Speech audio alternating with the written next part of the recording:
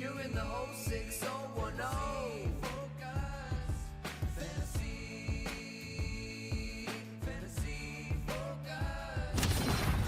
Hello and welcome into Fantasy Focus Football. It is Friday. I'm not used to saying that. October 7th. Today's show is presented by Geico. Switch to Geico. See all the ways that you could save. I am Daniel, filling in for Field Yates here with Stephania and Mike, feeling out a Friday show. Yeah, how you I feeling? feel very disoriented. Yeah. Because, like, Mike's usually there. Yeah, things are different. Yeah. And you're sleeping at this point? Usually I'm still asleep. Yeah. I'm just waking up to You the know alarm. what it is? I think you were so excited, so stimulated by Thursday Night Football. You I couldn't couldn't. wait to That's come it. in and talk about You it. know what it is? You're not wrong, because I couldn't sleep after Thursday Night Football because of how bad it was. Yeah. Stephania. Oh my gosh. Let's get, we got so much. We're going to get into a whole lot today. Let's just do it. But let's get into Thursday Night Football because it sucked. And the game, unfortunately, not only did the game suck all the way through, but Stephania, But the there game. was overtime. I know. Like, we had to watch more of it. More of it. I just couldn't wait for it to be over. And I was like, oh my God, I can't believe this is going to continue. I texted Mike and Kyle last night. I desperately want those hours of my life back so I can do anything else, because this game was brutal. And unfortunately, Stephania, it started off in a way that was just unfortunate for everybody. We love this game, but injuries continue to mount, and Nyheim Heinz went down in this one. Yeah, and it was scary, right? We saw Nyheim Heinz take a hit, sort of an odd angle glance to like the side rear of his helmet, and he looked uncomfortable when he went down, but it was when he got up that really made all the rest of us uncomfortable. Yeah. We saw him definitely staggering, teammates helping to lift him up. Medical staff rushes out there, and then they were talking to him for a bit. I did see people saying, just get him off the field, get him off the field. Part of what they're doing at that moment in talking to him is very valuable information in terms of assessing exactly what his orientation is and also his ability, whether he could walk off the field. So you want to give the medical staff all the time they need at that moment. Taken back to the locker room and then did not return, ruled out with a concussion. And this will be, again, we will monitor him as he goes through the protocol, but ultimately we're all just glad that he was taken off, and that was that. That was that. Agreed. And Mike, we saw Phillip Lindsay and Deion Jackson do really well in his stead. Doesn't really mean anything because this is going to be Jonathan Taylor's backfield going forward, right? Yeah, hopefully Taylor's back in 10 days, right? And maybe Heinz will be back in 10 days. We don't know that for sure. We'll obviously see how that works itself out over the next 10 days. If they both are sidelined, I think you're looking at Jackson as the primary guy here. I thought he looked good. Way more explosive, yeah. The guy's like 215, 220, and he looked it. Yeah. Guys had a hard time tackling him, and he looked kind of spry for a guy that just plays special teams, right? He was moving pretty good through the between the tackles. I'm surprised, honestly, they didn't use him a little bit more in this game. But 62 yards, 29 through the air. Phillip Lindsay was fine as a complimentary back, played 26 snaps. But again, I don't think you're going to really prioritize these guys on waivers unless it looks like Taylor's going to miss another game, which is possible, by the way. It is, but I don't think he will, because I think it actually was a pretty close decision for him, and they were just evaluating, it's Thursday night, it's a short week with a recent ankle sprain. If you wait the extra week, you're basically giving it, another 10 days on top of it. So I expect that we'll see Jonathan Taylor. By the way, if there's another situation down the road where Taylor's out and Heinz is hopefully back healthy and on the field, pretty good sign that he got all three touches, right? Yeah. One, first, second, third down were all on Nyheim Heinz. He dropped the first one, but then they kept going back to him. That was a good sign that they will commit to him for 15 to 20 touches if Taylor's out down the road. So keep that in mind, just kind of in the back of your mind if it pops up down the road. Yeah, these wide receivers too, Mike. I loved being able to get 8 targets for Michael Pittman, right? And Alec Pierce also got involved, but Michael Pittman was the guy, wanted to see a little bit more from him, loved the target share, but just didn't get going. And part of that, we talked about it. Had a tough matchup this week. He did. Surtain was on him 45% of the time, which it's lower than I thought it would be. But Alec Pierce looks really good. He really does. And there were times where they kind of stopped the shadows situations, and Surtain was on Pierce a little bit. So I'm not worried about Pittman. Matt Ryan's not going to scramble much. He's going to throw the ball a ton throughout the rest of the season, and Pittman's going to be his top guy for the most part. 25% target shares within range.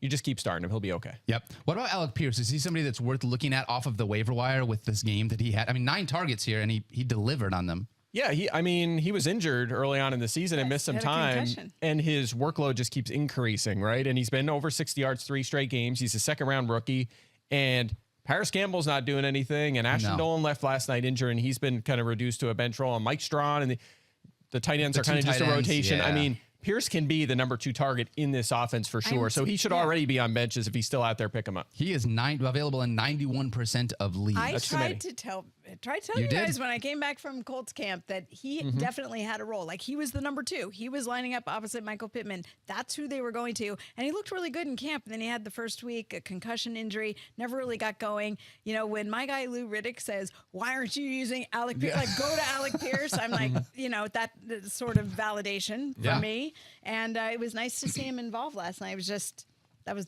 about the only nice thing. That was about the only They'll nice score a thing. touchdown some weeks. Yeah. Sooner or They later. didn't score here. Sometimes they will. Can you believe they beat the Will Chiefs? they ever? No. 12 days ago. No. 12 days ago, they beat the Kansas City Chiefs. No, it's incredible. By the way, NFL is wild. I've gotten so many tweets, especially after last night's game. Can I drop Russell Wilson finally? Russ is awful. Do I have to roster Russell Wilson? I'm at a spot, Mike, where it's tough for me because I still feel like this offense, his skill position players are still too good to just give up on what is the talent of Russell Wilson. But I don't know what I'm doing with him week in and week out if he's my starter. I think if you're going through all the quarterbacks and kind of ranking them, and it's funny, I'm like working on a dynasty ranking update and looking at the quarterbacks, and you get like, you're like, all right, Allen, Mahomes, Herbert, Lamar Jackson, like Jalen Hurts is in there, and then you're just like, this guy could be 6th or he could be 25th. Yes. Like, where's Geno Smith? Where's like all these guys? It's wild. And he's fallen to that conversation because he is not a good fantasy quarterback right now. He's not a guy you feel like starting. And I could not, it almost like, if you watch that game last night, you're thinking, this has to be fixable. It's Russell. I mean, these guys are wide open. Wide open. The very end. KJ Hamler, it said it all, right? Like, there he was, and he was not even looked at. How about earlier in the game, he had a dump off. He threw to Mike Boone on 3rd and long.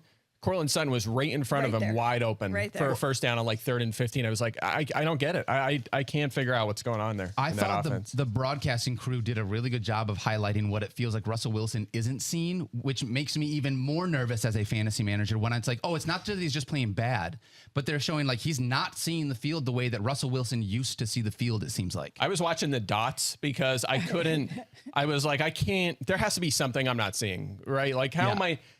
What is he not seeing? I'm missing something. There must be a defender standing there. And you watch the dots and you're like, he's looking right at Sutton going right by the corner. And I'm just over and over. And I don't get it. I don't get it. I was watching the version with our friends Hannah Storm and Andrea Kramer, and they had Emmanuel Sanders on at the end of the game. And he's talking about it from the perspective of a former Broncos player and talking about the game script and things that he's expecting to be set up. And he's like, oh, well, they didn't do that there. And it was...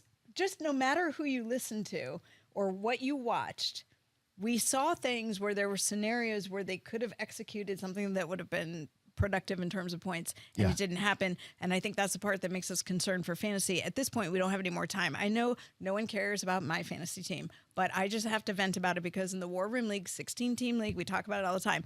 Russell Wilson's my quarterback. Matt Ryan's my backup. I don't have another choice. There's no other quarterbacks in the league. I literally picked up Bailey Zappi yesterday because I'm like, what am I doing? But I have to trade. But who else do I have? Jonathan Taylor. He was out last night. So you know who filled in for him off my bench? Melvin Gordon. He became a starter.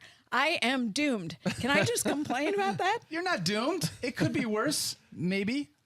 I mean, I had like 20 fantasy points, and make it worse, I'm playing Scott Long Clark. season, keep trucking along. But anyway, to answer your question, and to Stephania's point, hard drop, I think, just because that quarterback situation is wide open and he can jump back into that top 10 or 12 if they figure things out. It is a new offense. You know, he's new to the team. It could improve, but it's not like he's a roster lock. He and Nathaniel Hackett were talking about 10-team the leagues locker for quite some time after the game. I will say this. There have been a lot of these fantasy, and I've said it a lot, fantasy is an emotional game. Our director, Brian, and I know he's not the only one, is trying to decide, am I starting Marcus Mariota next week or Russell Wilson? And these are the kind of questions that we're going to continue to get until we see more from this Broncos offense and Russell Wilson under center. Let's talk about the running back, Stephania, because you mentioned Melvin Gordon. Finally, you get the backfield all to yourself with Melvin Gordon. And what happens?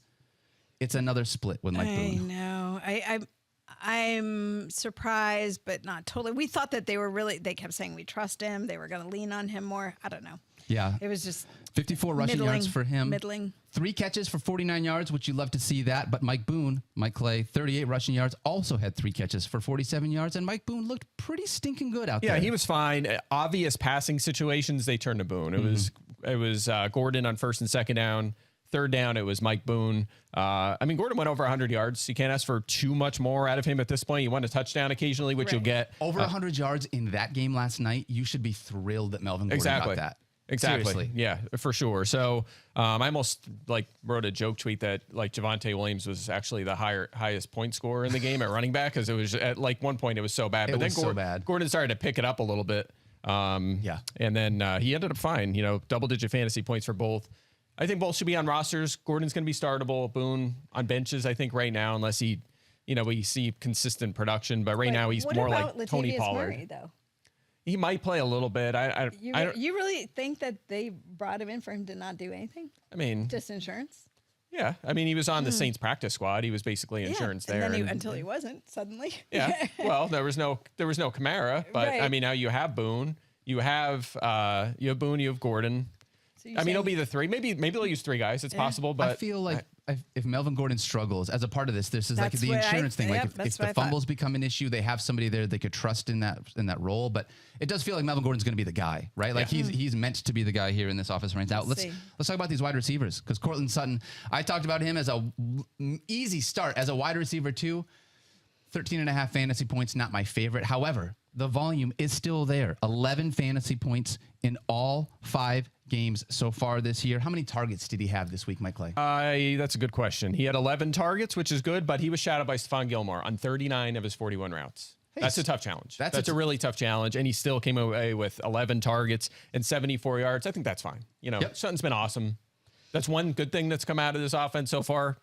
No concerns. You can trust him. And Jerry Jeudy. He's the one guy he looks for. Yeah. Russell Wilson clearly looks for Courtland Sutton, to the detriment sometimes of other open receivers, as we referenced. Yeah. Jerry Jeudy, unfortunately this week, 8 targets, 3 catches, 53 yards. We had him outside the top 40 at wide receiver. Mike, we just want to see more from Jerry Jeudy, but with this offense struggling, it feels like you're not going to see that until the offense itself gets on track. I think he'll be the big benefactor if they do start producing at a higher level and scoring 2, 3, 4 touchdowns a game, which is what we expected.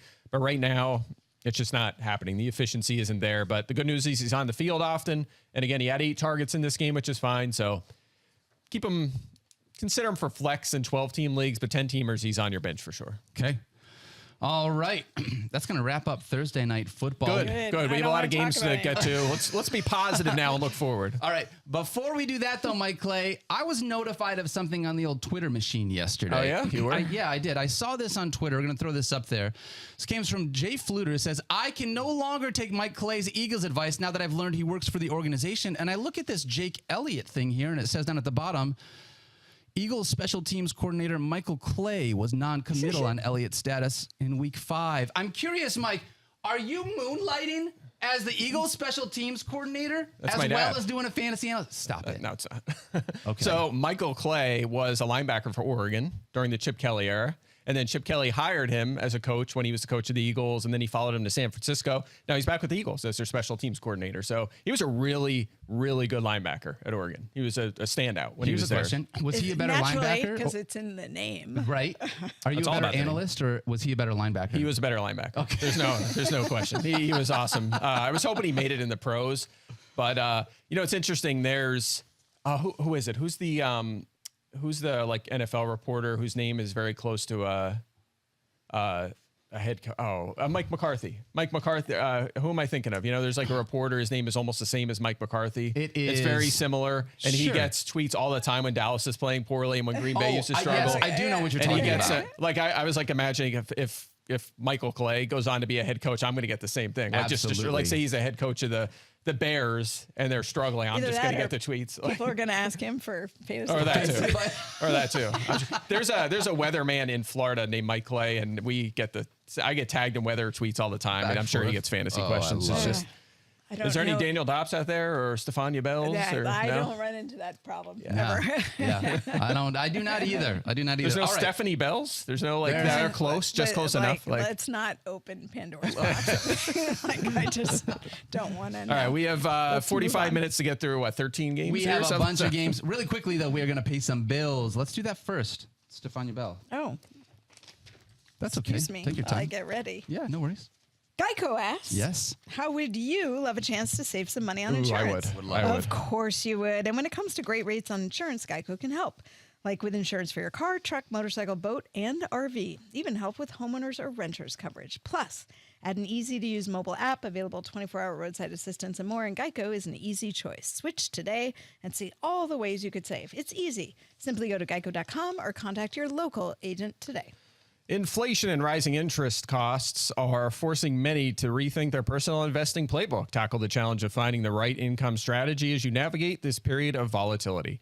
At Global X ETFs, our funds look beyond what you might have considered, offering solutions for investors seeking to increase or diversify the yield potential of their portfolio. Visit globalxetfs.com/income to learn more.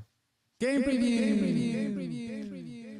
Look at that with the drop and everything. That's right. I We are love it. talking Giants and Packers. The main thing to note from this game, it is a London game, friends. 9:30 a.m. Eastern kickoff. Make sure that you are up early or set your lineup late. But really, just get up early. Make sure that there's no inactive. Wait. You don't want happens. any Kamara situations. You do not How want many that people to do you think happen. started him last week? Too many. Way too many. Way too many. Way too many. We have some lineup locks for the Green Bay Packers. Aaron Jones, excuse me. Believe it or not, And then that's actually true this We'll week. have a conversation about Aaron Rodgers. Any injuries that we need to worry about here for the Green Bay Packers this week, I Stephania? just think people need to know Allen Lazard is on the injury report for the Packers, but I do expect him to play. All right. Let's talk about Aaron Rodgers, Mike, knowing that Aaron Jones is the guy that we have as a lineup lock. He's been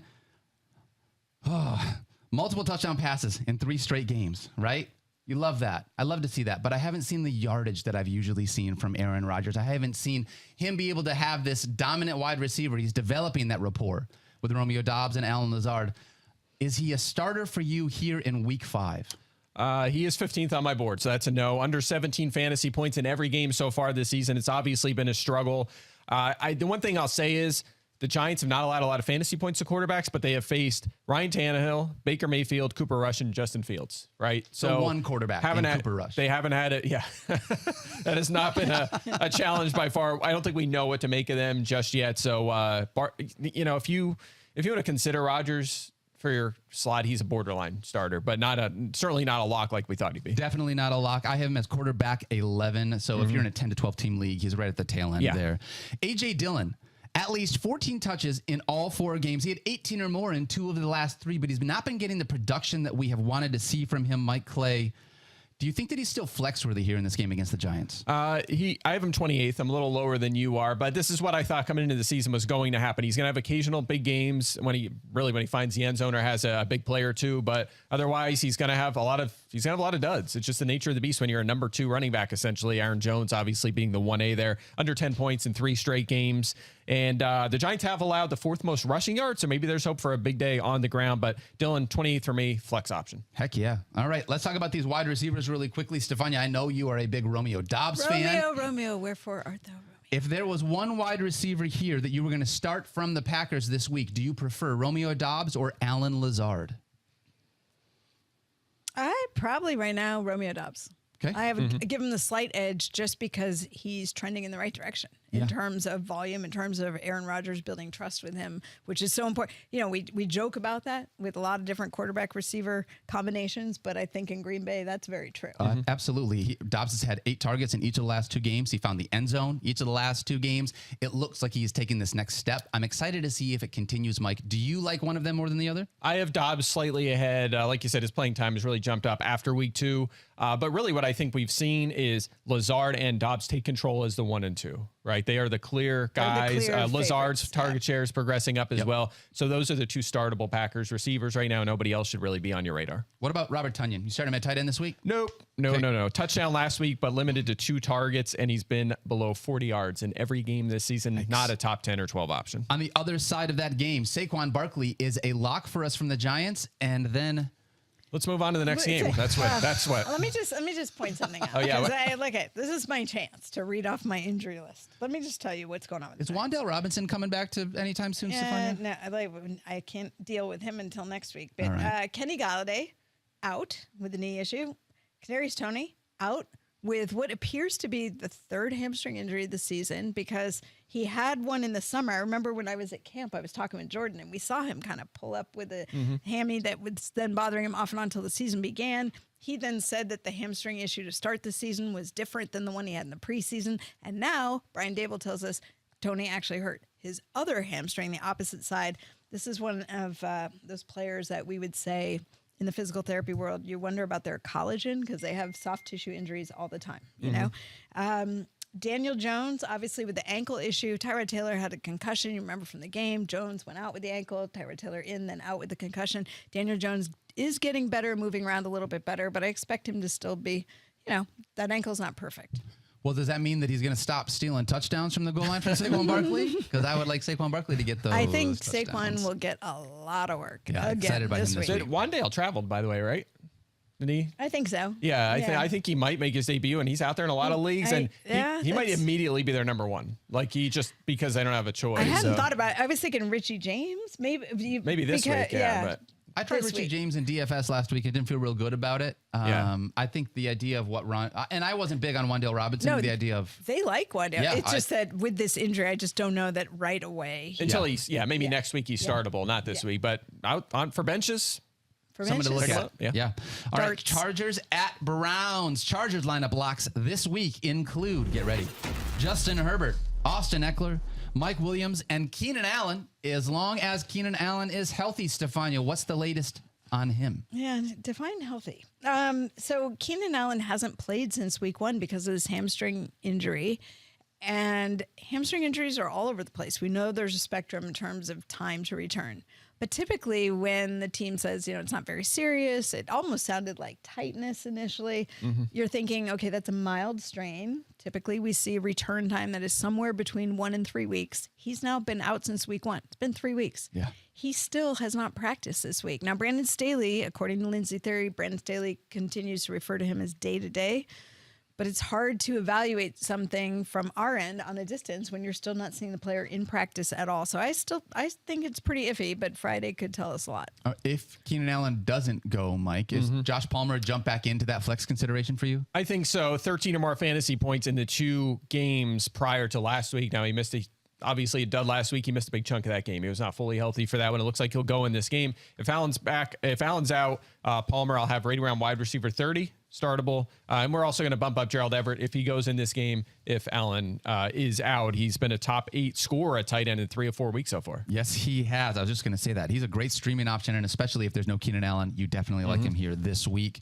All right, for the Browns, lineup locks are Nick Chubb, and I think that's it from a lineup lock perspective. Yeah. His other running back, Kareem Hunt, running back 4 in week 1, but he has not been a top 25 running back in any of the games since. Is he still a flex play here this week against the Chargers defense? I think so. He's had 12 to 15 touches in every game this season. So very consistent role behind Nick Chubb, right? So he had the big week 1. He's kind of dropped off since then, but this is what you're going to, just like AJ Dillon. It's the same kind of thing, right? You're going to have occasional spike games, but otherwise it's going to be a similar number of touches and it's going to lead to some down games. The Chargers, remember how we thought they fixed their run defense?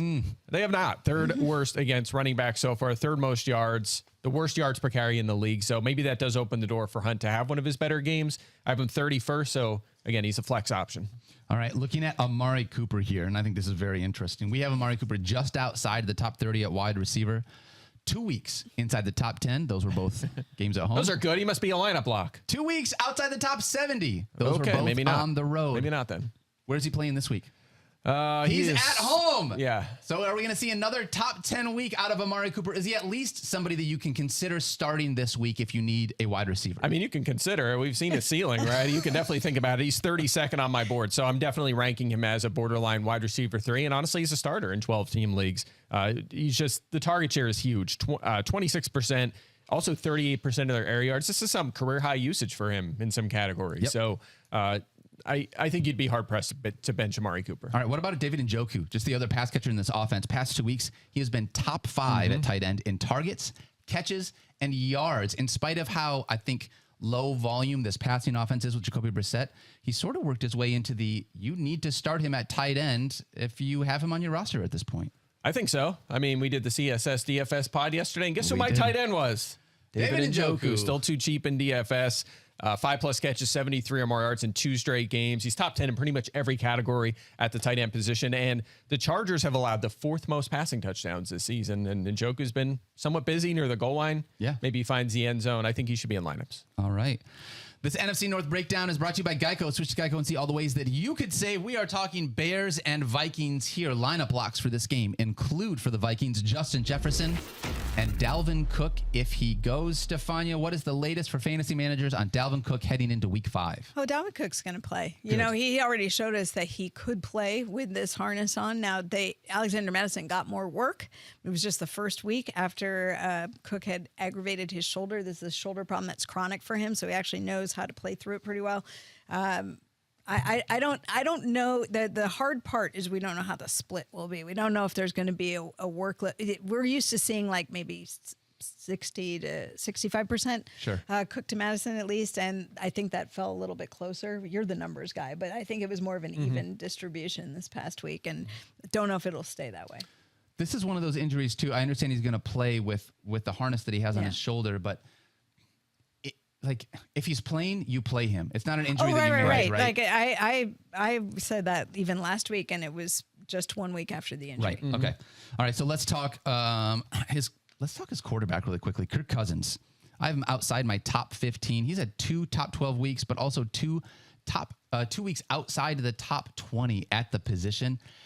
The Bears, I feel like maybe could be taken advantage of, but it doesn't give me a lot of confidence as a streaming option for Kirk this week. So you said he has 2 top 10s? 2 top 12s. 2 top 12s, and he has no finishes better than 9th. So not feeling good about that. Not great. And I mean, how often are the Vikings going to have the ball in this game? They better stop the run because this is going to be a low volume game. Chicago's just going to run the clock out as best they can and protect their defense, which I just don't think is very good. But they've run the ball so much that it's just led to low volume games, and that's a way you could kind of variant your way to wins, and it's happened for them so far. So I don't think Cousins, based on what we've seen so far, and again in this game, in this matchup, in which they might play 55 snaps instead of 65, I don't think I want him in my lineup. Yeah, obviously Justin Jefferson you're starting, but what about his other pass, his wide receiver mate, and Adam Thielen, right? Adam Thielen started out the season wide receiver 61 through the first 2 weeks. Now wide receiver 16 the last 2. Has he worked himself into this flex position with all the volume and targets that he's getting the last couple of weeks, Mike? Yeah, so his targets have gone up every game. And it's not often we talk about, 32-year-old starting receivers in fantasy, but he's gotten the job done so far. He's a really talented player, obviously, really productive. 8 targets, 60 yards, and 15 fantasy points in 2 consecutive games. The one thing I'll say, though, Chicago has yet to allow a wide receiver over 13 fantasy points. Oh. None. So if you assume Justin Jefferson probably gets there because he's Justin Jefferson, does the second one? It might be tough. And again, I talked about the low volume offenses against Chicago. Well, 55 targets. There have been 55 wide receiver targets against Chicago this season. Think about that in 4 games. It's a little over 10 per game. And again, when you want Justin Jefferson to get 9 to 11 targets per game, where does that leave? 9 to 11. I want him to get 12 to 15 per game. I mean, if we're being realistic in this game, right? That's fair. Where does that leave Thielen? Is it a 5-target game? Yeah. Do you want that in your lineup? Probably not. So his value used 37. to be that he'd be the touchdown guy. Yeah. You know, That's which what you need. which you You obviously probably can't need that count here. on, but maybe it'll Yeah, happen. I think it's a tough one. I have him 37th, so he's startable, but is he an auto lock after the last 2 weeks? I don't think so in this game. I don't think so. All right, let's talk about the Bears lineup locks. I don't have any on my sheet. I suppose that depends on David Montgomery's status heading into this game, Stephania. Yeah, you know, when he got injured, he got rolled up on. It was listed as his knee and his ankle. It's now become just the ankle, so that's obviously the limiting factor for him. He did get back into practice on a limited basis on Thursday, and according to Courtney Cronin, who covers the Bears for us, he said he was feeling really good, taking it day by day, calling himself a game time decision. So, you know, you love that. But it sounds like he's trending the right direction, but there will ultimately be some hurdles for him to cross, for them to feel comfortable, for him to feel comfortable that he's going to play. This is sort of like, you know how we had the Peyton Manning Bowl last night? This is like the Courtney Cronin Bowl because she used to cover the Vikings and now she's with the Bears. So like just a little bit of that between the two. Rock star Courtney Cronin. She's freaking doing awesome. everything. Absolutely. If both sides of this, if David Montgomery plays, is Khalil Herbert worth starting this week? 1. And 2, if David Montgomery does not play for some reason and he does not make it, where would Khalil Herbert fall within your rankings, Mike? Herbert should not be near starting lineups if Montgomery is active. If Montgomery is out, Khalil Herbert is a lineup lock for sure. Okay. 20 plus touches and 100 or more yards the last 2 weeks. The Vikings have not been good against running back so far either. Jamal Williams, A.J. Dillon, both had big games against them. So again, it really just depends on Montgomery's status. Is there anybody else that you're starting from this Bears team? We watched Darnell Mooney. Fine. Okay. All right. Nope. Mooney did have a good game last week, but the volume was still low. I need to see more before I trust him in my lineup. Way more, including maybe throwing the ball a little bit from Chicago. Can we do that? Can we throw the ball? I thought you were saying he needs to throw the ball. Well, it wouldn't that hurt. too. Whatever it takes, man. Just take the ball from Fields out of his hand and run with it. Just do anything. Like you know what's funny? His usage, target share wise, is similar to last year. Is it really? Yeah, but the volume is like historically in the modern era low that it's not leading to much. It's just very disappointing. It's really frustrating because we all drafted him so much higher than whatever. Whoa, Stephania. All right, let's talk Seahawks at Saints, excuse me. Seahawks lineup locks in this one include DK Metcalf because he is just different. Mm-hmm. You start him every single week, and that's it here for the Seattle Seahawks. I'm looking at Geno Smith, though. He has been awesome the last 2 weeks. He has been fantastic, not only against the Detroit Lions, but now he takes on the Saints. Is he a streaming option again this week against what I'm assuming is a much tougher Saints defense than my Lions gave him last week? Yeah, look, he's playing well, so he is a borderline streaming option. I have him 13th on my board. He's been top 10 2 weeks in a row. But I will say this, he is 20th in expected points at quarterback. That is very low. That suggests he hasn't really been, he's kind of overachieving. A lot of times those guys will regress to the mean. And the big games were Atlanta and Seattle, it would have been Atlanta and, who's he quarterback? Detroit. Yeah, Atlanta and Detroit. the wrong team on my note. But anyway, you get the point. It was that absurd game last year with the Seahawks and the Lions. Actually, the Seahawks have struggled so much defensively. Maybe he did put up a big point total against them. Who knows? I mean, everyone else did, so why not? Also, tough matchup. Saints have allowed more than 13 fantasy points only once this season. Yeah. And it was Marcus Mariota who did a lot of that with his legs. So they've been pretty good slowing quarterbacks, which was the expectation. So I'm not going out of my way to start Geno this week. What about Rashad Penny? We watched him look awesome last week, but again, that was against a porous Lions run defense. I'm not trusting him here against the Saints. What about you? Saints outstanding against the run. They've been for years. I don't like it. It was a great matchup last week, and targets are a problem, right? He did shred the Lions defense in the second half last week. He was terrific, but in the passing game, 3 targets in week 1. He has 2 total targets in 3 games since. Wow. I read on Twitter before we started the show, Rashad Penny's been referring to the week 4 game as the Stephania game. He's calling it right now. I don't, you remember I broke up with him on Fantasy Football Now. I picked Rashad. Okay. There was a tweet that came in and it was, anyway, we were talking about breaking up with players. Oh, right. So I think I motivated him and you're welcome. You definitely Seattle. motivated him. Yes. Yeah. Now a week later is really when. So we might both hear it from Tyler on Sunday because he had the over on our segment there. Did nothing in the first half. He had like 6 carries for 12 yards, and then he just went off in the second half. The light went on. Seahawks were trying to run out the game, and they just kept getting massive chunk yards from Rashad Penny. Like that was frustrating. It was very frustrating. I don't want to talk about it anymore. Anyway. All right, let's talk about Tyler Lockett really quickly. He is locked in for me as a flex play. I have him as a wide receiver 23. Mike, you've got him at wide receiver 21. I feel like this is one of the back and forths that you're going to have with DK Metcalf. You're going to have some boom bust with Tyler Lockett here, and you just got to be able to deal with that. Maybe. I mean, he had the bad week 1, but he has 3 straight good games, right? He's been top 30, 3 straight games. The target share has been 25% or more in all of those games. So as long as Geno keeps throwing it to him 8 to 10 times a game, he's going to be a starter in fantasy. So I agree. I think he should be in lineups. And honestly, I don't think that's too strong of a bold take right now, right? He's just been 3 straight good games with that sort of volume. That's a guy you start. I really wanted a bigger game from him last week against Detroit, but I realize I'm being... He was fine, wasn't he? What did he do in that one? He was fine. Then you have like 8 targets. He did do DK Metcalf stats. I mean, I was thinking DK Metcalf gets Jeff Okudah, so then you're thinking...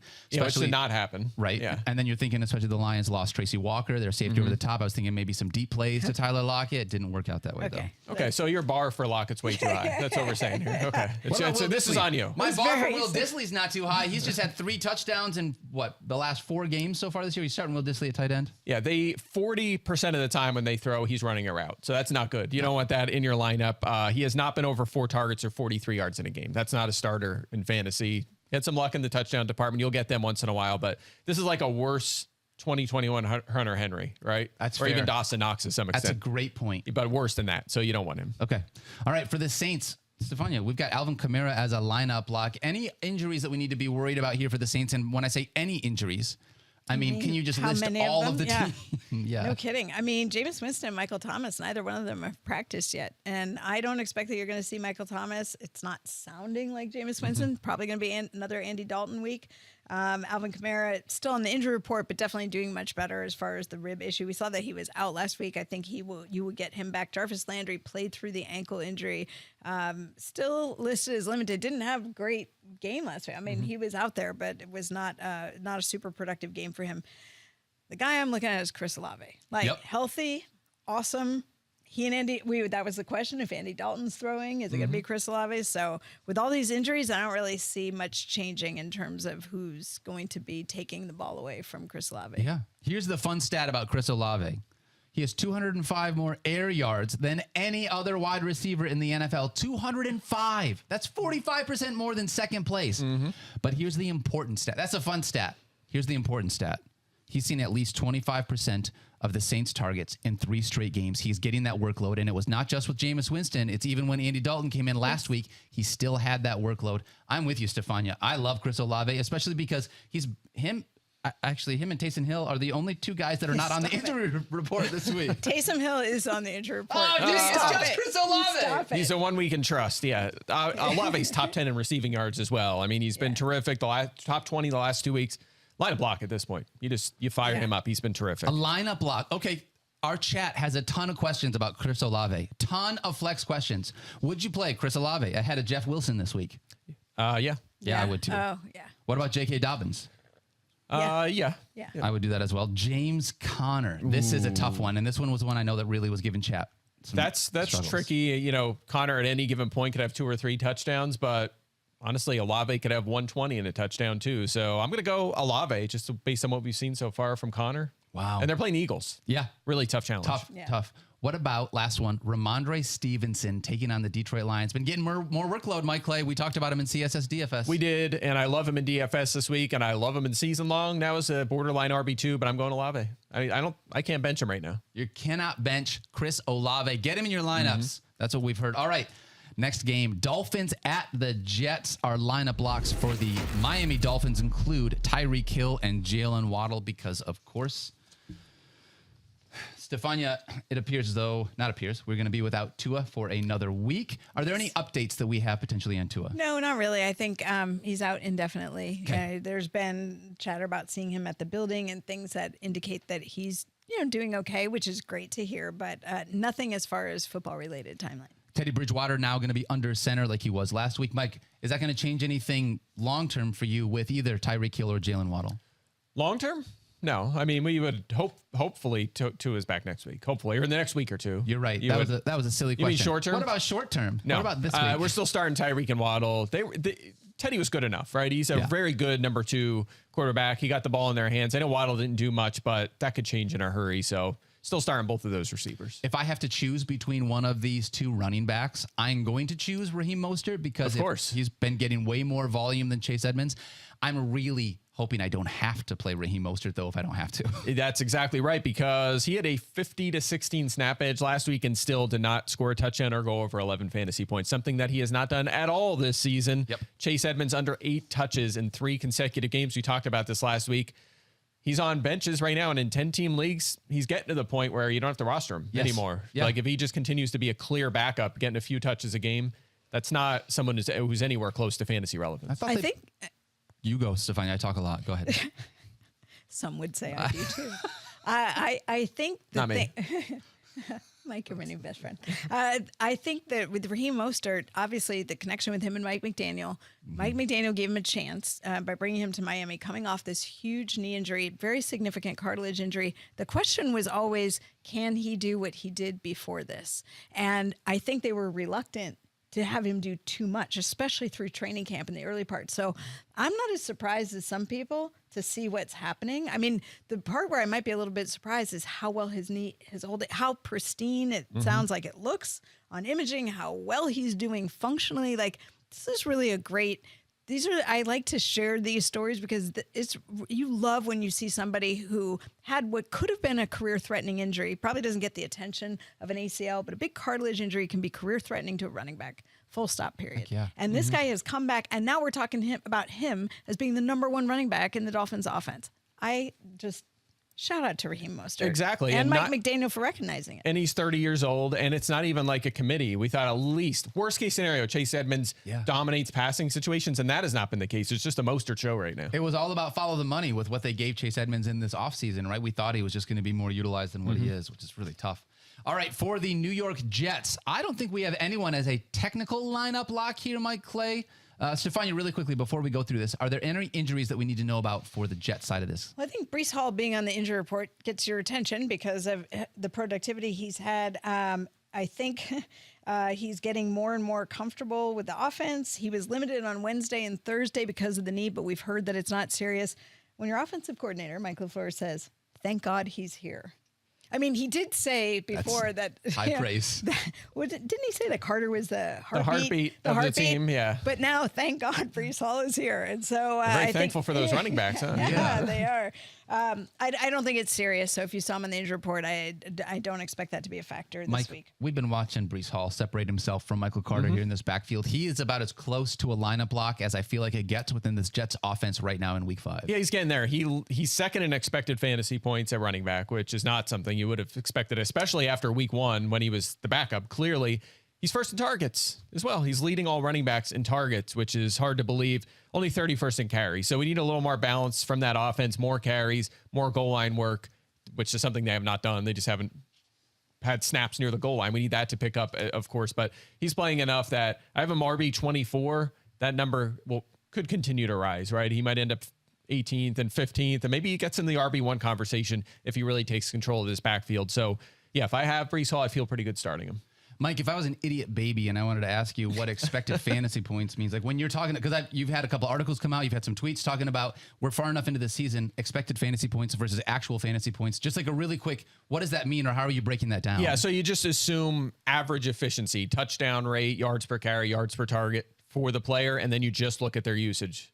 If it's a carry at the 1 versus a carry at the 50, how many you count up all the touches and the location of them on the field. For a pass catcher, it would be like if it's an end zone target, not necessarily the line of scrimmage, because like there's a big difference between a screen and a ball thrown downfield toward the end zone. Yeah. You basically look at the league-wide rates for those plays, attach them to each player based on their usage, and see who has the most expected fantasy points. You'll find underachievers, you'll find overachievers, you'll find guys that are going to probably regress to the mean over time. And Breece Hall has obviously underachieved a little bit. His usage has been outstanding, his fantasy production down a little bit. So to me, that's for a player that talented, that tells me that he could catch up over time and end up being a star fantasy running back. You know what I heard during all that? You know when you talk to your dog and you think your dog hears like blah, blah, blah, blah, treat? That's what it is. I've heard like a lot of stuff I didn't understand and then go Well, then read I did a Mike's. bad job Like, explaining that. You did a great job. I don't mean that. I mean all the steps you have to go to get to that calculation is why I trust your results. Yes. But I am never going to be able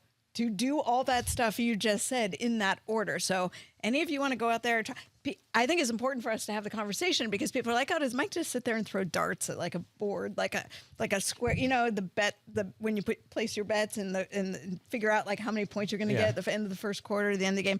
No, you actually have math and science behind it. I do. And, you know, I that's absolutely true, but sometimes it feels like a dartboard might be more useful this year because I don't know what, you know, some of these guys like. Yeah, but you do this for fun, right? Cleveland and Seattle being top 5 in offensive EPA, like, dude, there's no way. Like, how is that happening? You had the Lions leading the league in offensive efficiency this year, right? Oh, of course. Yeah, like, I thought that you were obviously. on him. Yeah. Like, all right, let's talk about really quickly. I think that's really interesting because I've seen you come out with a lot of expected fantasy stuff, and just as someone that wants to understand it, but to your point, Stephania, it's above my head. So just trust Mike Clay because that's he knows like an what he's doing. off-season topic, I think. But we do have the leaderboards for expected touchdowns and fantasy points on the site at ESPN Plus, and there's an explanation in there at the beginning. Love that. Where you can kind of read through and better understand that. I don't always articulate everything perfectly, but that's available. Mike, I have Michael Carter at running back 32. You have him at running back 34. Consensus is 33 this week, right between us.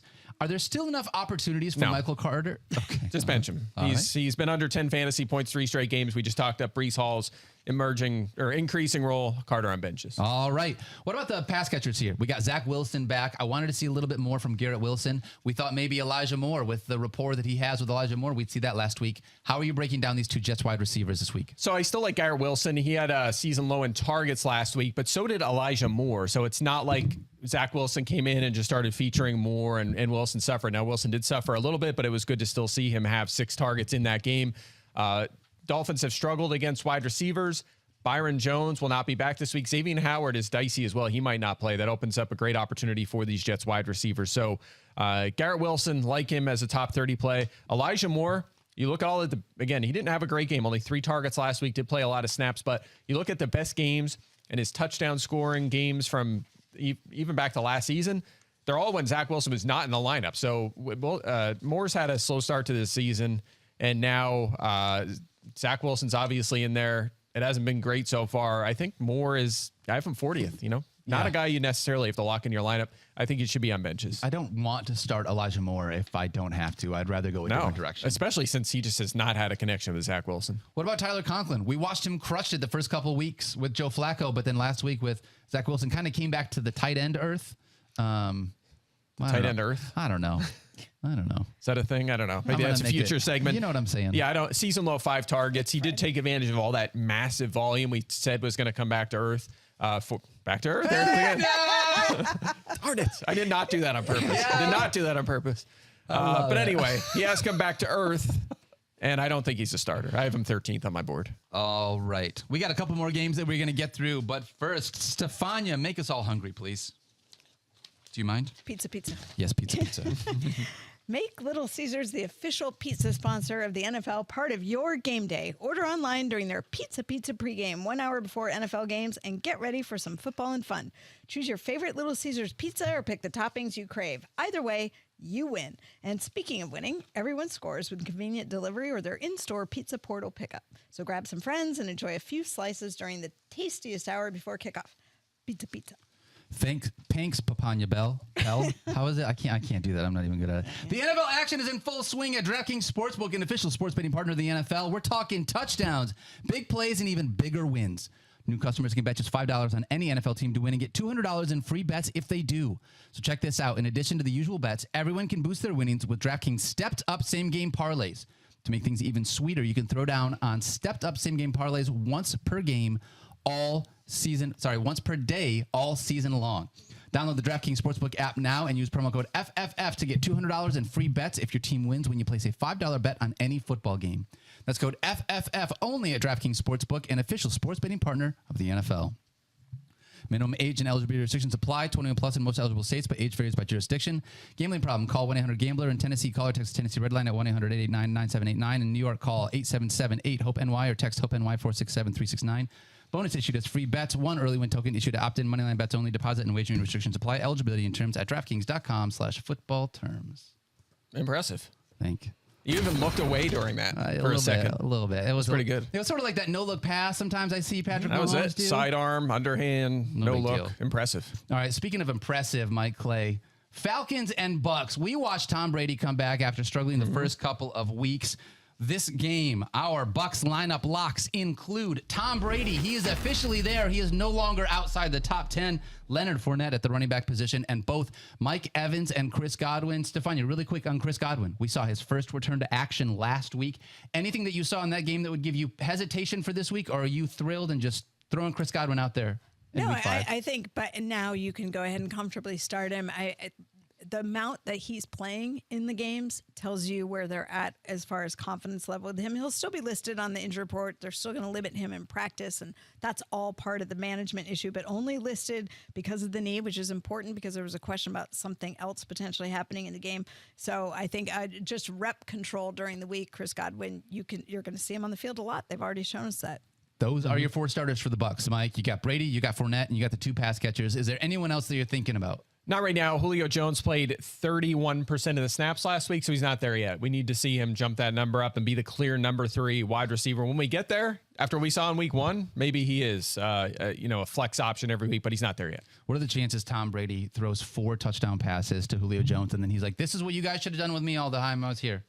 I've been in Atlanta the whole time. Revenge game. It was weird though. Okay, so Tom Brady on the injury report this week, and he sort of took care of business and said, "I'm going to play on Sunday." But everybody, if you saw him, he actually went down hard on that right shoulder. He's had trouble with that shoulder before. Used to be on the injury report all the time. Not a factor for this week's game. I was more intrigued by his comments, and we've all seen the short clip of "I've watched a lot of bad football." Of course, that came out again last night. But he was also talking in that session with reporters about the things that had gone wrong. And he was saying, he was talking about where they had problems. And he said, well, you just have to see who you trust, who's dependable, who's going to be there all the time. And I thought, that's very subtle, but not so subtle.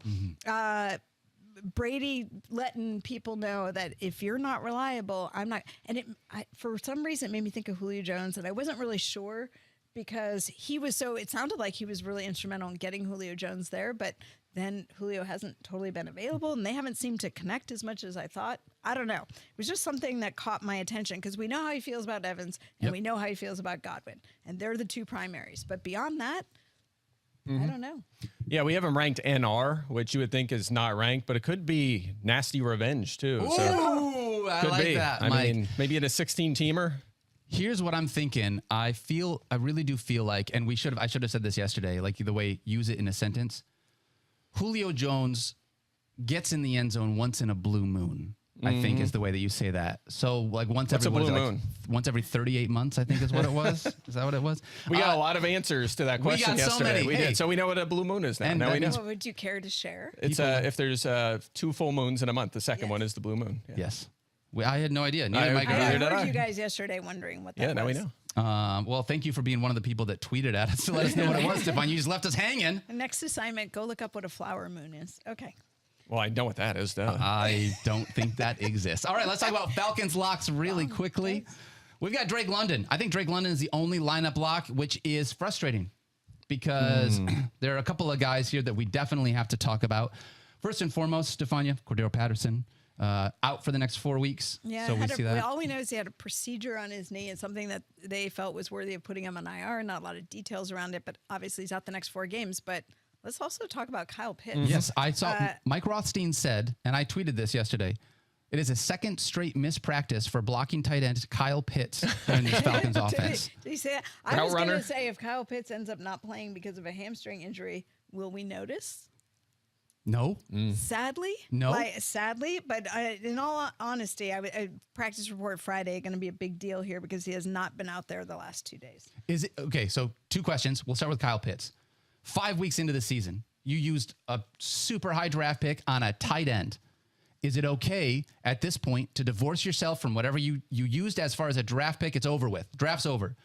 Is it okay to bench Kyle Pitts at this point 5 weeks into the season? It is okay to bench him right now, but the good news is he has a 24% target share, which is 4th highest among tight ends. So when they are throwing, a quarter of the time the ball is going to him, and that's a sign of potential positivity down the road. Yep. We just need more passing volume, and maybe they make a quarterback change at some point, and that helps his cause. Please. It could. So I wouldn't drop him. I think if maybe you don't have a better option, can you start him?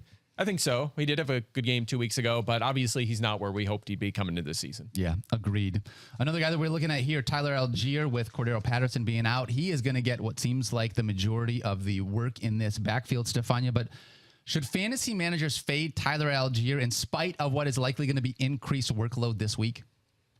I'm not ready to put him in as a starter. I actually have some shares of Tyler Algier in a couple of different leagues, but I haven't seen a commitment to him. He's off my radar right now. Yeah, I agree. Should be on benches. He was over 100 yards last week, but he had 10 carries and 1 target on 24 snaps. Caleb Huntley, off the practice squad, who's now on the active roster, had 10 carries on his 12 snaps. And we've also seen Avery Williams, a converted corner. He's played in passing situations occasionally this week. So this could be 3 guys involved in his backfield, and then Damian Williams back next week. So I think also against Tampa. I mean, one of the best run defenses in the league the past few seasons, including this year. I think Algier belongs on benches for now. And agreed. Cordero Patterson, nobody's going to have that hybridized role like he does of their other running backs. No. So it's not like a replacement situation. All right, we'll talk Commanders and Titans next, with Derrick Henry being the only lineup block that we honestly have in this game. He's looked great the last 2 weeks, and we've seen some of the passing game usage return. Mike Clay, which is what I've wanted from Derrick Henry. Throw him in your lineup this week. Are you starting any Titans pass catchers here against the Commanders this week? No locks for sure. I do have Robert Woods 35th, right? So he's an option, 85 yards or a touchdown in his last 2 games. And Washington has really struggled against wide receivers. Kendall Fuller and William Jackson in the perimeter just haven't gotten the job done. We thought that'd be a really good duo for them when Jackson signed there last year. It has not worked out. So it's a decent matchup, and he's been better the last couple weeks. Also, no Treylon Burks, so Woods is going to get a little bit more, potentially an extra target or 2. That's enough to consider him for a flex spot or maybe a wide receiver 3 slot and 12 teamers, but not a guy you have to lock in your lineup. Okay. So it's really just Derrick Henry or maybe Robert Woods if you have that option for the Titans. For the Commanders, I don't have any lineup blocks technically on the board here. Stephania, really quickly, let's talk about the injuries first before we talk about the rest of these guys. Jahan Dotson will be out with a hamstring issue. And then if you saw Curtis Samuel on the report, he was listed with an illness yesterday. So just the first day he was there, but something that he could potentially recover from. Again, Friday, Saturday. We've seen that when people are listed with illness, could be anything. It used to be that we all talked about COVID, but there are a lot of different things, and they can come back as late as Saturday, sometimes even Sunday morning. So they might not be lineup locks, Mike Clay, but these Commanders pass catchers do have a positive matchup. You wrote about him in wide receiver cornerback, and without Jahan Dotson, it feels like they might get a few more opportunities here this week. Yeah, I like the matchup for Terry McLaurin on the perimeter. So I think I'm 28th at Terry McLaurin. I think you're hard pressed to bench him regardless. And I know he's coming off a really bad game, but you have 75 plus yards or a touchdown in his first 3 games. Again, good matchup against the Titans. Curtis Samuel, the matchup's not as good. The rookie Roger McCurry's been good in the slot for the Titans this season. But look, Samuel's 3rd at wide receiver in touches, 7th in catches. He's at least 7 opportunities in all 4 games. And if you can get that out of your wide receiver, you feel pretty good. So worst case scenario, I think he's a wide receiver 3 right now. Samuel, again, we didn't list him as a lock, but he's basically a lock. I'd have him in my lineup. Yep. Love that. All right. Antonio Gibson, I feel like, has been trending down when you look at the first couple of weeks. Literally, his point total and touches have gone down every single game so far. So his running back finished by week this season. Week 1, he was running back 10. Week 2, he was running back 16. Week 3, he was running back 27. Week 4, he was running back 34. Yes. So with that being said, is he still a flex play here in week 5, understanding that he's dipped every single one of the last 4 weeks? You might need him as your flex, but Brian Robinson is back. And by all accounts, they love this guy. And remember, we thought Robinson was going to be the lead back to open this season with J.D. McKissick as the passing down guy, and maybe Gibson's mixed in and returns kicks. That could be where we are here in week 5. Yeah. Especially after Gibson played a season low in snaps last week. So I'm worried. I have Gibson on some teams, and I'm worried that he's just not going to be much of a factor or anywhere close to startable in fantasy. And because of that, he's a risky play this week. By the way, Brian Robinson should be on all rosters. Yes. Because if he is the real deal and he gets 15 carries a game and a couple targets, he's going to be a must start in fantasy. They love him. Just incredible. Really. I mean, the Awesome reason he story, hasn't too. played is because he was shot. Right. And the fact that he it missed any major structural elements in his knee, the fact that he's been able to make this recovery like he has, and also be up to speed to just jump right back in. A lot of props to Brian Robinson. I hope that he has, I just wish good things for him. Yeah, I'm with you on that. Agreed. All right. Let's talk Cowboys and Rams, and lineup blocks for this include, for the Dallas Cowboys, CeeDee Lamb. Yeah, it's happening.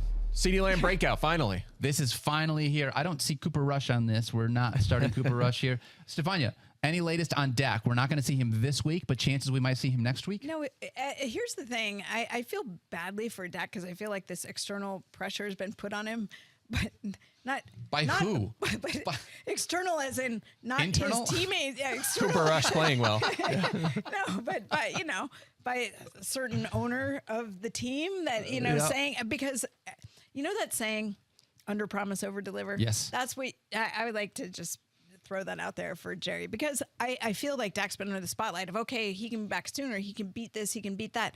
He's still making an incredible recovery, by the way. It's only been a few weeks since he broke his thumb, had a plate and screws put in it, and he actually started doing range of motion right away. Now, he had a doctor's visit this week, and they're looking at how much the bone is healed. And we heard afterwards, Jerry, again, offering the medical view that he does not need to have the bone fully healed in order to play football. That is true. But you also want the bone to show some evidence of healing before you clear him for return to play. So it sounds like the visit was positive. Things were encouraging, and he is continuing to work on the strength and the grip. If you saw some of the still photos that Todd Archer posted from practice, Dak is actually working with a real football. You know, you start with different ball, maybe move to a smaller football. Now he's regulation football. Those are all really good indicators that his hand is doing great. But you also don't want to put him back out there if he's struggling to, you end up turning over the ball a lot. You don't want to put him in that situation. So I would not be surprised at all if he's back by next week. But I also think we'll just know when he's ready. Yeah. And I'm not worried about it. And neither should they be, because Cooper Rush has been doing just fine. What about Dalton Schultz? We saw him return last week. What are your expectations for him here in week 5? Last week he was getting his feet wet again after having that PCL sprain, missed a week. He's wearing a brace, which I do think helps control any instability, residual instability that he has from that injury. But I think he'll get more involved. I think this will be a better week for him. Okay. Mike, then let's talk about the running backs here, because the Los Angeles Rams are the best defense in the league against fantasy running backs. This week they take on Ezekiel Elliott and Tony Pollard, and they've been tough, both of them. Are you starting either one of them as potential flex plays in week 5? Zeke's an option in your flex. I have him just inside my top 30, but even last week, a season-high 21 touches. He had 81 yards and no touchdowns. It just hasn't happened. Little volume, high volume. It has not worked out. I mean, he's one weekly finished better than 29th so far this season, and that is where I have him ranked in. And you mentioned the Rams defense. So Jeff Wilson had that long touchdown run last week, right? He had 13.4 fantasy points in that game. He's the first running back to go over 9 points against the Rams this season. So this is tough. You're probably not going to get a high ceiling out of Zeke. Again, he's a flex option. Pollard, of course, belongs on benches. He had a bad game last week as well. 8 yards on 9 touches. Again, he's right in that A.J. Dillon, sort of Michael Carter tier right now. He's more of an insurance back, not a guy you're starting week to week usually. All right, what about Michael Gallup? We're excited to be able to see him this week. I don't have him ranked, but just the idea that we're getting Michael Gallup back in this offense should help not just Cooper Rush, but I would think everybody. Not starting him here this week. Stephania, anything on Michael Gallup, with his return from injury, or are we just comfortable going forward with him? No, I think, I always worry that they get excited when you see a guy coming back off a significant injury. Remember, he's still early in terms of relative to when most people return from an ACL reconstruction. And yet, he performed well. I think that the time that they waited to bring him back was important because he wasn't that confident. Getting him in the end zone early didn't hurt. I think he gets better and better as long as he doesn't get overutilized and end up with something like a hamstring or a calf issue like he had last year. I'm with you on that. All right, let's talk about the Rams. Lineup locks for the Rams include Cooper Kupp and Tyler Higbee because volume is king. And that's really the only reason. That's just Matthew Stafford is looking at both of those guys. And if I'm being totally honest with you, there's not a single Ram that I want to start outside of those two. I don't trust Matthew Stafford anymore. And I hate to say this, as a Matthew Stafford stan, I can't put him in my fantasy lineup. I wonder why you like Matthew Stafford. That's so weird. I just can't do it. He has been awful. Allen Robinson. Yeah. We've seen nothing, unfortunately. There's not been a connection there with Allen Robinson and these running backs. These running backs are still splitting time, and they're going to get a tough defense here against the Cowboys. I don't think I'm starting anyone. Are you guys starting anyone else here from this? Matthew Stafford has no top 10s. Dallas has been really good against quarterbacks and not starting him. Agreed on the running backs, not starting them. Just haven't been productive, and they're splitting that backfield. And Allen Robinson's not even on my note. I didn't even write his name down because, of course, you're not starting him, right? So here's what's interesting. I find this game, I'm really actually intrigued to watch this because at first I was just like, Dallas defense going to swallow them up. And the Rams are kind of letting you know, hey, we practiced with these guys during training camp because remember, Dallas has their training camp in Oxnard, California. So they have joint practices with the Rams. So the Rams feel like they've seen some things from Dallas defense. They feel like they know how to be a little bit better prepared against them. Meanwhile, the Cowboys also know the Rams, and they feel like that makes it easier for them to get after Matthew Stafford. They know where the weaknesses are. I actually think this is going to be a really interesting little chess match here. It can't be much worse than Thursday Night Football, so I'm in on it, Stephania, from that standpoint. Really quickly, want to say Michael Gallup only rostered in 50% of leagues right now. Wow.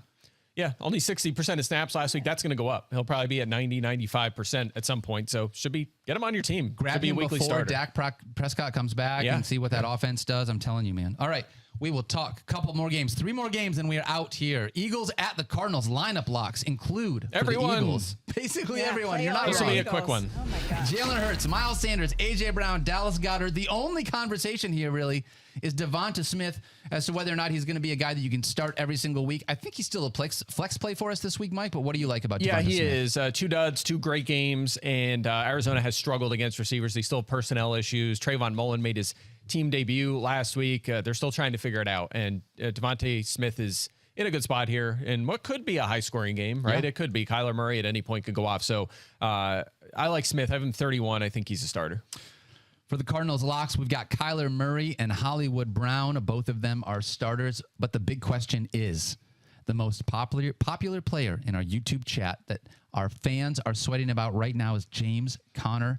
How are you approaching him this week, Mike? I see you have him at running back 23. I've got him at running back 27. Consensus is 25. Feels like if you got to use him in the flex, you can use him, but no one feels super good about it. Yeah, pretty big downgrade here. We thought he'd be a weekly RB1, especially the way he produced in the touchdown department last season. And in what is a good offense, he's down to more of a borderline RB2 now. 3 straight weeks outside the top 25 is obviously a red flag. Under 10 points in all those games. But he does have 15 or more touches in his 3 healthy games. One game he left early.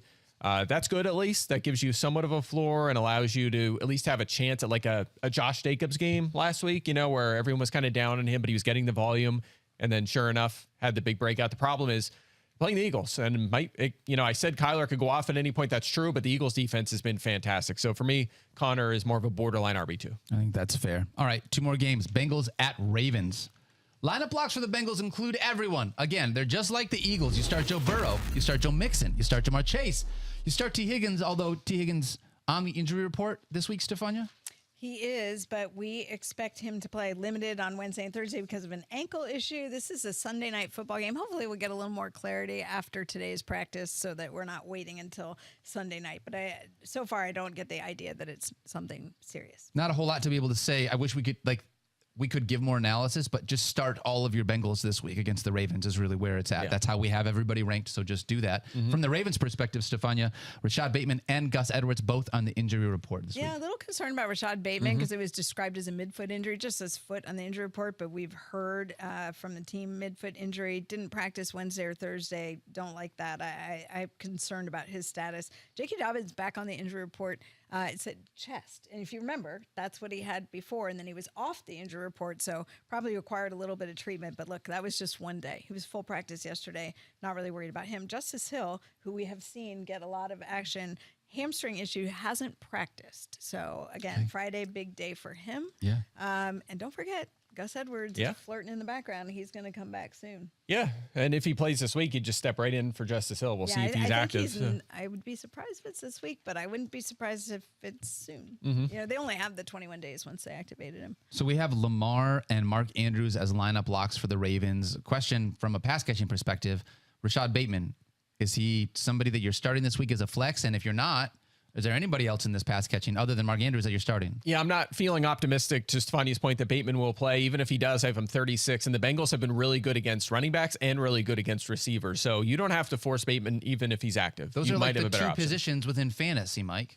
They're good at running backs and wide receivers. Both of those things. So that doesn't really inspire you, right? If you're starting Ravens players. And if you have some borderline guys like Bateman and Dobbins, you can just go the other direction this week. But look, I do have Dobbins 23rd, so I do think he's a fine flex option. 2 touchdowns last week. He's looked good. His role is just going to continue to expand. So he's fine, but we don't have these guys in lineup blocks for a reason. Yep. Couple just updates. I'm looking at my phone because practice updates are starting to roll in. And one of those is Kyle Pitts not seen at the open portion of practice this morning. So not looking great for him. I don't know how they're going to run the ball if he's not out there. Yeah. I just don't get it. Parker Hesse, right? And Dawson Knox out too. I think we did the Bills yesterday. I saw he's rolled out. So yep. All right, last game here. It's the Raiders at the Chiefs. Monday Night Football lineup locks. Start them all again. For the Raiders include Josh Jacobs, who's been awesome recently, Devontae Adams, and Darren Waller. Stephania, Question mark still around Hunter Renfrow. It's been a while since we've seen him. Will fantasy managers get him here in week 5? I think there's a chance. I mean, back practicing on a limited basis, obviously been out with a concussion. So this is good. This is the first time we've seen Hunter Renfrow back in practice. Love that. If Hunter Renfrow plays, Mike, is he somebody that is a flex consideration for you this week? Yeah, 10 targets the last time we saw him. He's hasn't had a big game yet, but he was a top 10 scoring receiver last year, and as long as he keeps playing that number 2 role, he'll be okay. So I think he's a PPR flex, And that knocks Mac Hollins out of any consideration. Yeah. I don't think we're starting Hollins. They may love him, but we thought he'd come back to earth a bit last week, and he did, even with Renfrow still out. I don't think he's startable. All right, what about Derek Carr? Last 2 weeks, he's been a top 10 quarterback, but he also has 2 weeks. This is sort of like Kirk Cousins, outside the top 20, right?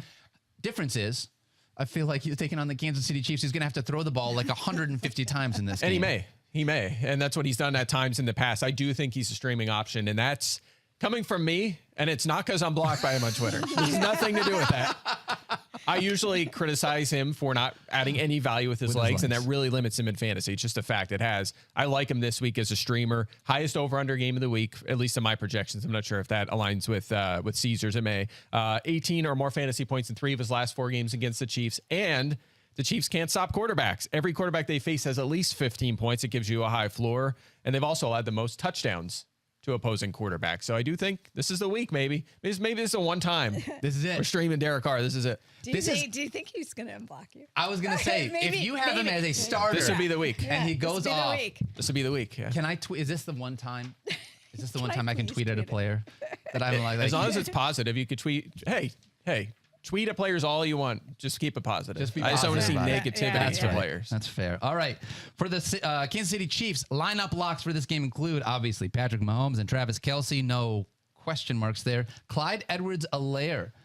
He has been awesome. Big step in the right direction last week. A lot more volume. I like to see in the second half of that game him kind of take control of the carries and push for 15-plus carries. It's the first time we've seen anything like that. But we had Adam Schefter on yesterday, and who was he talking about? Isaiah Pacheco. Yep. He likes him, and he thinks his role is going to continue to increase, and if that happens, it's going to be tough for CEH. So I don't think he's going to sustain RB1 numbers. I've said that before. CH has defied logic for a month here. That doesn't mean he's going to continue to do so, so we'll keep an eye on it. That's Mike, you owe $1 in the bucket, I am being told right now. Why? Oh, I'm sorry. Matt Harrington owes $1 in the bucket because the graphic said Oakland Raiders rather than the Las Vegas Raiders. We're really sorry about that, friends. That Los Angeles Raiders. I didn't even notice it. Well, I love our producer self-calling a foul on himself. It's like, hey, just so you know, I mess up here, guys. We're all honest here. That's right. An honest space. From a Chiefs perspective, you're starting those, the guys that we talked about. What about Juju Smith-Schuster, Mike? Exactly 8 targets in 3 of 4 games. So I'll say the same thing I said last week. If a wide receiver with Patrick Mahomes is 8 targets in a game, he's going to produce in fantasy. The results haven't been great so far because he hasn't found the end zone, but he's playing enough and seeing enough target share that he should be a starter in fantasy. I have him 30th on my board. I want the new Sky Moore, though. More. Me too. More and more. I want more and more. Yes. And his role is increasing. Hopefully that'll continue. Yep. Agreed. All right.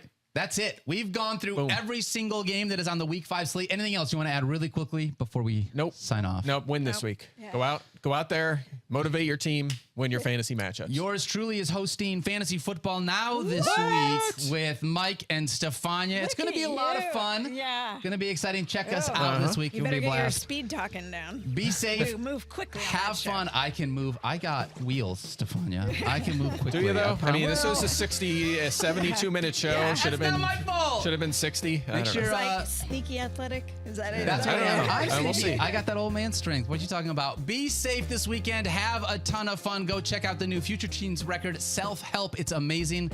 And then we'll see you guys on Sunday for Fantasy Football Now.